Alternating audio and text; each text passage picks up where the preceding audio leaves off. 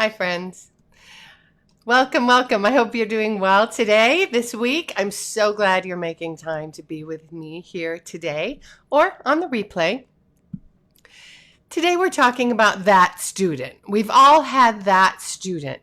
Usually we've had more than one who is perplexing in their understanding of pitch and melody. Or more accurate, they're perplexing in their strange combination of abilities and inabilities when it comes to matching pitch. Now, of course, that some voice teachers and choir directors can deal with their frustration with this conundrum in a way that can be less than kind. I recognize that you are not that teacher. You are intentionally supportive and intentionally encouraging of your students. But you do kind of understand the frustration and of the insensitive teacher or the choir director. It can be frustrating. So the big picture is that we don't know enough about the neurology of singing to be able to diagnose all of the reasons that people have a hard time reproducing melody accurately. According to the great neurologist Oliver Sacks, only about 1%, I love him, in case you didn't know what this meant, only about 1% of people have true amusia. Amusia is the inability to process different sound frequencies as different pitches. So the likelihood that your student is actually tone deaf is remote. Now, there have been studies about, thanks for the thumbs up. There have been studies about exposure to music in early childhood. And based on these, it's generally accepted that kids who are exposed to music and singing, hi, Alex, I look so glam today. Thank you. I'm having a good hair day. When you are a curly-haired person, it's all about the hair day. Because curly hair has a mind of its own. And today, it's of a mind to make me look glam. Thank you. So, it is generally accepted that kids who are exposed to music and singing when they're very young will have a greater aptitude for pitch matching and applied musical skills later in life. Now, it doesn't guarantee anything one way or the other, but the data says that the person who is brought up in that musical environment in early childhood will likely experience, let me take this back. The data said that a person who is not brought up in that musical environment in early childhood will likely experience a deficit later in life when it comes to their musical aptitude. Grace is here. Hi, Grace. Oliver Sacks, Musicophilia. Thank you for the plug. Yes, Musicophilia. Friends, if you have not read the book Musicophilia, and you are a reader, you must read it. It is so great. I've read every single one of his books, and I love that book. Okay, so that's not what we're talking about today. We are not talking about the genuinely tone-deaf person. We are not talking about the person who has a really hard time matching pitch. Because we've all had that person too, right? We are talking about the person who is perplexing. The person who sings the first verse just fine and then veers off track the second verse. The person who, no matter how many times you go through it, they cannot tell when they're supposed to come in. Or the person who wants to sing a cappella, and they want to sing a cappella because they want the freedom to change key whenever they want. Or the person, anybody, thumbs up, any of these things? Or the person who, having learned the song in the key of A, cannot seem to sing it in any other key, even when you're playing in a different key.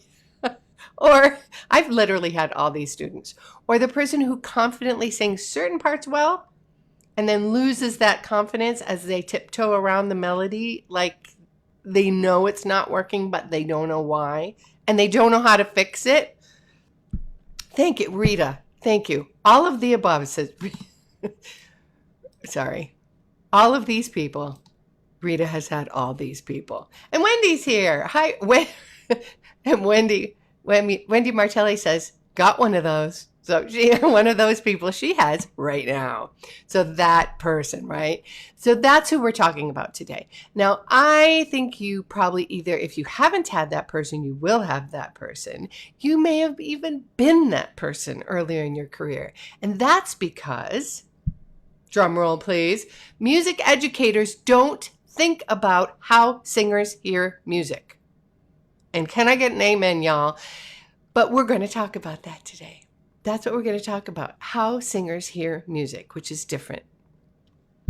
I'm Meredith Colby, and I support voice teachers to create, I did not put up my title of my talk, and I support voice teachers to create confident teaching of popular styles. I am also the author of Money Notes. Nope, this way, there we go, which introduces neurovocal method, a way to use brain science to teach healthy technique for people who sing into microphones. And I have a neurovocal certified teacher here today watching me, Wendy Himmelstein Martelli. My freebie today is a link to the article on which today's broadcast is based. It is called Singers Are Stupid, and it includes the helpful graphics that I will be showing you today. If you would like a link to that article, put pitch in the comments. I see Amy already put pitch in the comments, and the bot, the neurovocal bot, will send you that link. Also, you have to tell the bot that it's okay to send you a reminder about my broadcasts. So don't forget to opt in for those reminders. Thanks for the thumbs up. Now, I'm excited to say that the second and final offering of the Neurovocal Method certification for 2021 class is only 1 month away. A little more than a month. People who sign up this month are going to get a bunch of extra stuff that goes with the class for free. And honestly, you guys, right now on my Neurovocal, meredithcolby.neurovocal method page, I am bragging on some of those people who have just passed the previous class. If you want to reach out to them and ask them about the class, I'm sure they will be happy to talk to you. They're the nicest bunch of people. But there's also a lot of info on the page on my site. Which side is it? This side. Yes, there we go. On my site. So you can take a gander there first if you want to. Wait a minute. I didn't do the trigger. Pitch. There we go. Put pitch in there for Singers Are Stupid. Do you love the title? It's supposed to be a little antagonistic. And that was supposed to be for my class. I really, really need an assistant director, don't you think? Now, I hope you will share your thoughts with me today.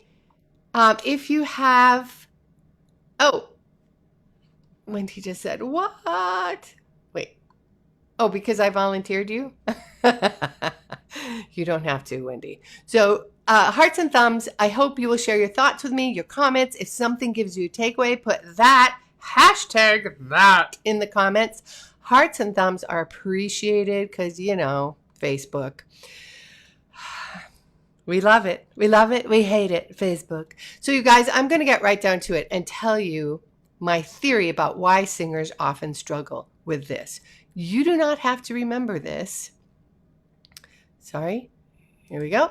You don't have to remember this. It's in the article freebie today. If you put pitch in the chat, the Neurovocal bot will send you a link to that article.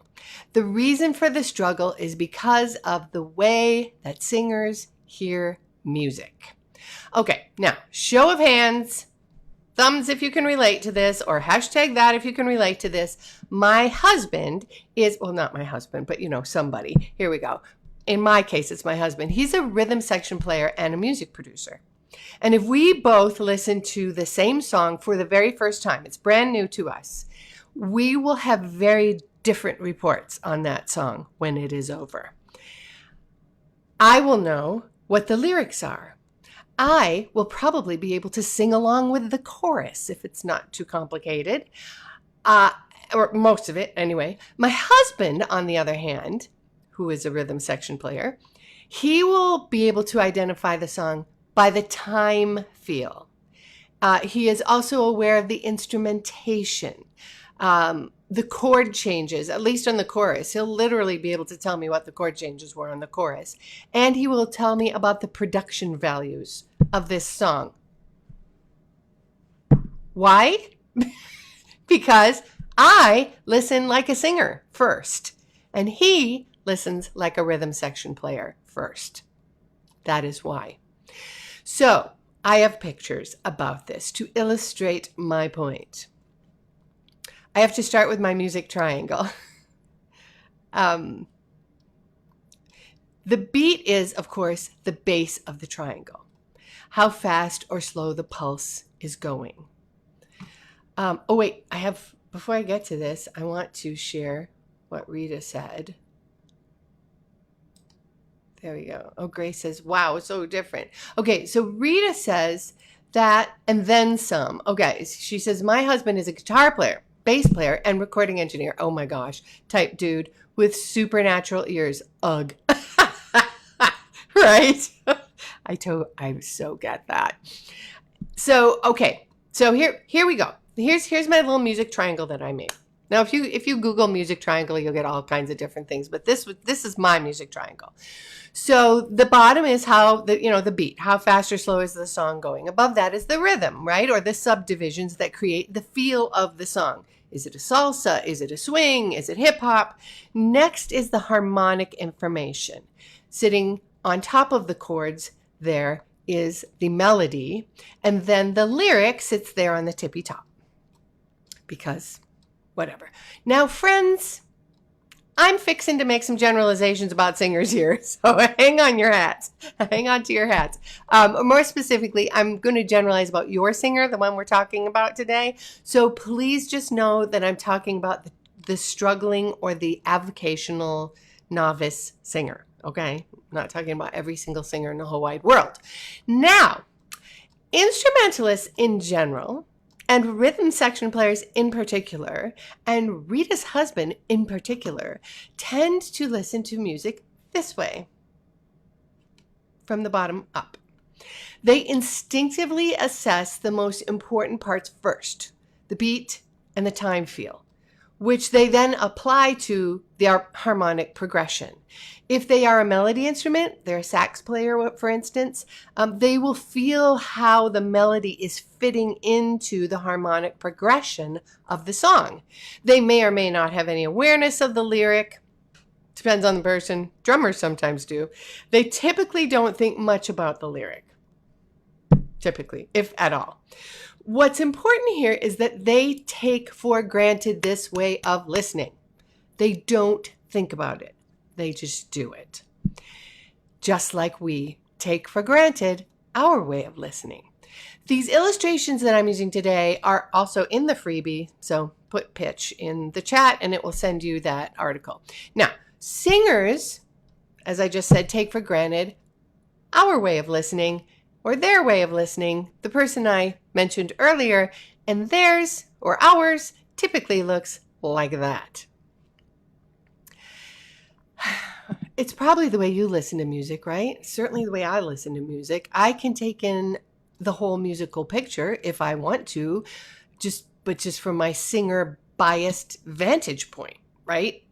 Now, after all these years of singing in bands, I probably hear more harmonic information more naturally than most singers, but still, I still need to hear a song a few times and listen with intention before I hear all the component parts. Somebody's relating to me. I got a thumbs up on that. My natural inclination is to listen to the lyric and the melody first. I'm a singer. So you have, after all your experience, probably learned to intuit other factors of the song, even if you haven't done it intentionally. Some of the harmonic information, maybe the form. Most performing singers have learned to listen to more than just the lyric and the melody. But your perplexing microphone singer, that person, they are really stuck there. They're really stuck there. Thanks for the thumbs. This person probably listens to music like this. Now, I am talking about band music. I am not talking about, lieder or oratorios. But in case you can't read, in case this is too small for you, the writing at the bottom, it says top is lyric, second under that is melody, and underneath that is that other stuff that the band is doing because they're just really not listening in the way that rhythm section singers or rhythm section players do. Grace Gorey is cracking up because it's true, isn't it, Grace? This way of listening means that they are getting the lyric and they are getting the intention of the song. They have a tenuous grasp of the melody because they may or may not, from measure to measure, from phrase to phrase, have a sense of how that melody line fits into the harmonic progression. They probably do not have an understanding of the form of the song, but rather they just understand it as linear. It starts here and it ends there. The ability to find a harmony part, no, just not going to happen. That's just not going to happen. Now, this description can apply to the novice singer, but it can also apply to more experienced singers. And the thing about the singer who listens like this, and many of them do, is that they are really walking on marbles. And this is the thing that really made me want to figure this out, because I love my students just like you do. Musically speaking, the person just doesn't feel like they're on solid ground. It's nearly impossible to be a confident singer when you listen to music that way, this way. When you listen to music that way, and especially when you listen to it that way. And yet many of them do listen to music that way. The perplexing student that I described at the very beginning almost certainly listens to music that way, and this is where you come in.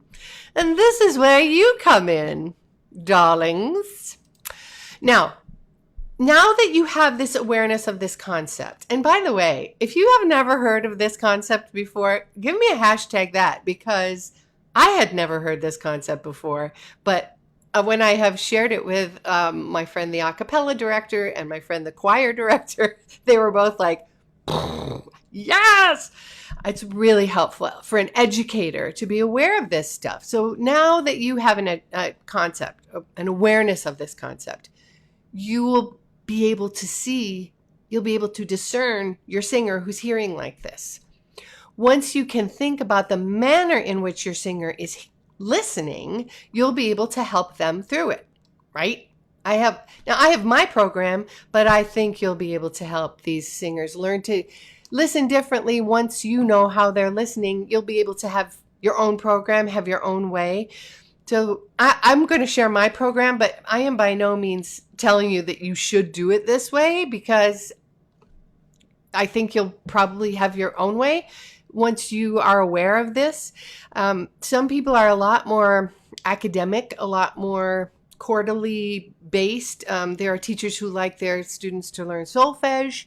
But if you learn solfege, okay, now I'm off on a tangent. Oh, well. But if you learn solfege without an understanding of harmonic structure and harmonic progressions, then you're just like the triangle top down. You're still kind of walking on marbles, right? So the way that I help my students, it really depends on them being willing to find 10 minutes a week. Huge, huge ask, as you know. 10 minutes a week of active listening, please, right? I always feel like I'm asking them for 10 minutes a week. It's so much. First, we spend 10 minutes of one of their lessons walking through this. Then they're going to do it on their own. So what I do is I play a recording of a song that has a specific time feel and in which I can hear the bass, or the bass is easy to hear. So one of my favorites is Walking on the Moon by the Police, because it's just 3 instruments and a singer. No backup vocals, no horns, nothing fancy. It's a really good one. So the bass player plays a riff on the verse, and then in the chorus, he's playing basically quarter notes and half notes. So it's pretty easy to hear, and it's easy to show how this fits with the melody. So I play a verse and a chorus, and I ask them to focus on, first, what the drummer is doing. Drums and cymbals. And then I ask them if they can show me. So sometimes they can kind of, they can repeat what the cymbals are doing or what the drums are doing. And then we listen again and we focus just on what the bass player is doing. And again, if I ask them if they can sing, obviously with women, it's an octave or two up. But if I ask them if they can sing little bits of what's happening in the bass for me. So that's it. If they can do it, I'm like, Roger that, you're on your own. If they can't do it, we'll do it again next time. But my ask for them, there we go. So sad. Anyway, so my ask for them is that they listen to 2 songs a week with the intention to listen only to the bass and or the drums. It's not much. But the thing is, if they do this, they will start to hear things differently. And that's the powerful piece. They'll hear the melody as part of a greater whole. And they'll start to understand that their function is, as the melody instrument, their function is to be part of the greater whole. They can't listen to the bass without becoming at least somewhat aware of harmonic movement, right? And this will help them fit the melody into that harmonic structure. And it's all about empowering our students, right? We're trying to help them be confident, happy singers as they choose to execute this simple change in their attention, 10 minutes a week. They'll start to feel more confident about their singing, and the ground will stop shifting underneath them. And that's so fun when that happens. Anyway, thanks for being here with me today. I am Meredith Colby. I support voice teachers to create confident teaching of popular styles. My book and information about the upcoming neurovocal method certification class can be found at meredithcolby.com. Have a great week, you guys. Thanks for being here with me today. Bye-bye.